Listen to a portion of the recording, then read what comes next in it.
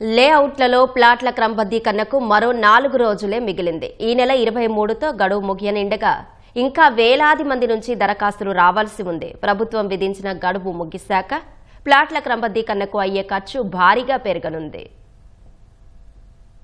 అనుమతులు తీసుకోని లేఅవుట్లలో ఇళ్ల స్థలాల క్రమబద్ధీకరణకు దరఖాస్తులు చేసుకోవడానికి 4 రోజులే మిగిలింది.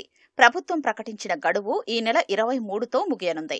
దాదాపు 9,000 ఎకరాల్లో అనధికార లేఅవుట్లు ఉన్నట్లు అధికారులు ప్రాథమికంగా అంచనా వేశారు. ఇప్పటి వరకు దాదాపు 6,000 ఎకరాల విస్తీర్ణంలోని లేఅవుట్లలో ప్లాట్ల క్రమబద్ధీకరణకు ప్రజల నుంచి 52,470 దరఖాస్తులొచ్చాయి. మరో 25,000 దరఖాస్తులు రావాల్సి ఉంది. గడువు పెంచాలని ప్రజల నుంచి విజ్ఞప్తులు వస్తున్నా పురపాలక, పట్టణాభివృద్ధి శాఖ దీనిపై ఇంకా ఎలాంటి నిర్ణయమూ తీసుకోలేదు. వైసీపీ ప్రభుత్వంలో అనుమతులు తీసుకోకుండా ఆ పార్టీ నేతలు అడ్డగోలుగా లేఅవుట్లు వేశారు. వాటిలో స్థలాలు కొన్న ప్రజల ఇబ్బందుల్ని దృష్టిలో పెట్టుకున్న కూటమి ప్రభుత్వం లేఅవుట్ క్రమబద్ధీకరణ పథకం ఎల్ఆర్ఎస్ అమలుకు 2025 జూలై 26న ఉత్తర్వులు ఇచ్చింది. దీని ద్వారా 75,000 మందికి పైగా ప్రయోజనం చేకూరడంతో పాటు ప్రభుత్వానికి రుసుముల కింద 600 కోట్ల ఆదాయం వస్తుందని అంచనా వేస్తున్నారు. ఈ నెల 23లోగా ప్లాట్లు క్రమబద్ధీకరించుకునే వారికి ఓపెన్ స్పేస్ ఛార్జీల్లో ప్రభుత్వం 50% రాయితీ ప్రకటించింది.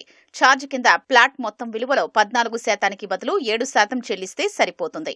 గడువు ముగిశాక క్రమబద్ధీకరించుకోవాలంటే 14% ఛార్జీలు చెల్లించాల్సిందే. అది ఆ రోజు సబ్ రిజిస్ట్రార్ కార్యాలయంలో విలువల ఆధారంగా చెల్లించాలి.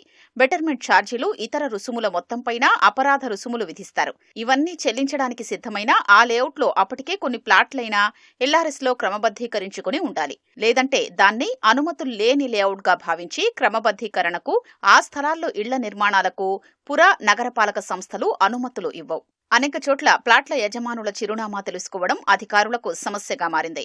ప్లాట్ల రిజిస్ట్రేషన్ సమయంలో ఇచ్చిన ఫోన్ నంబర్లు పనిచేయడం లేదు. దీంతో ఆయా లేఅవుట్లలో అన్ని ప్లాట్ల క్రమబద్ధీకరణ సాధ్యపడడం లేదు.